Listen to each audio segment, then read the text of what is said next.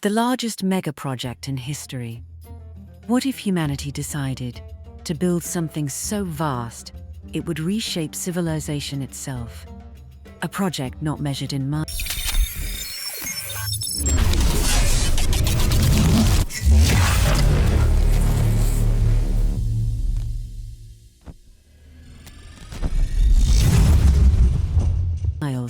But in continents, not in billions of dollars, but in generations of effort.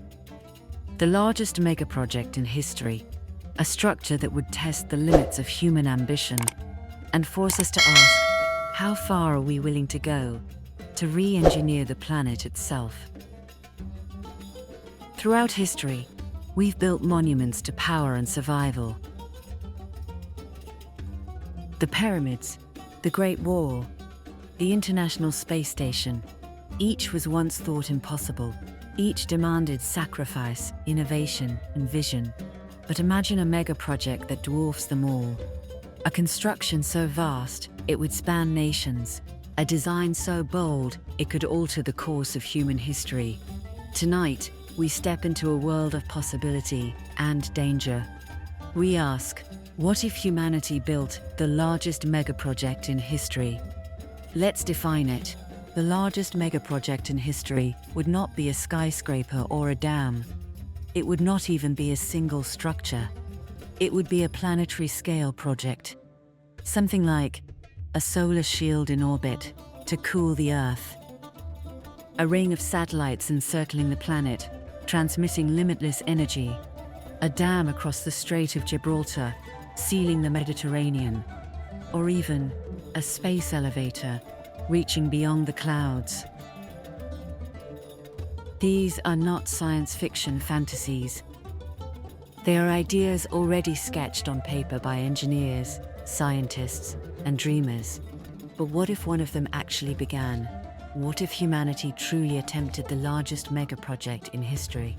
Let us focus on one candidate, a planetary solar shield.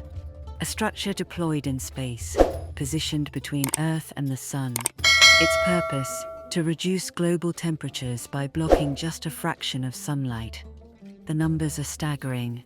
To make a difference, the shield would need to span tens of thousands of kilometers. It would weigh millions of tons. It would require rockets launching daily for decades. The cost, estimates reach into the tens of trillions of dollars.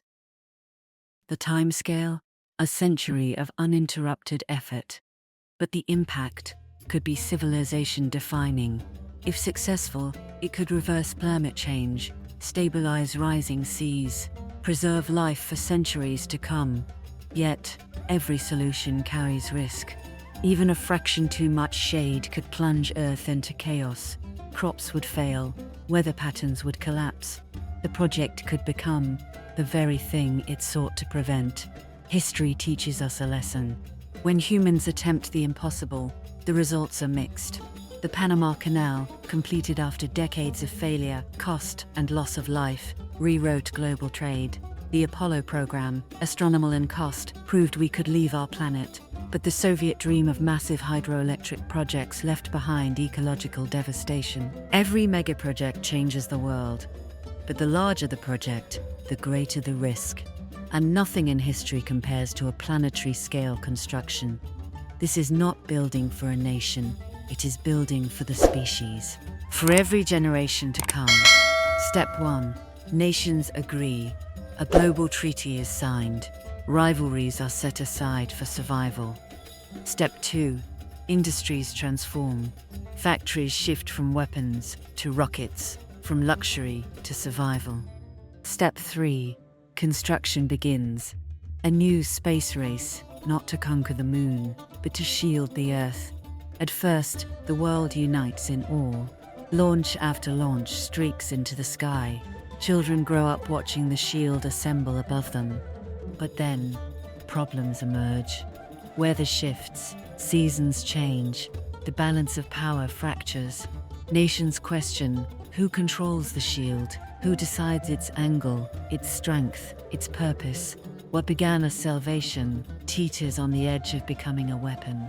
The cause and effect chain is unstoppable. Technology this vast can save us or destroy us. The largest megaproject in history would not simply be steel or stone or circuitry. It would be a mirror of ourselves, our unity, our greed, our vision, and our hubris. For in the end, such a project is not just about what we can build, but what we should build. The question lingers, will humanity's greatest construction be our triumph or our downfall? And if we do build it, what comes next?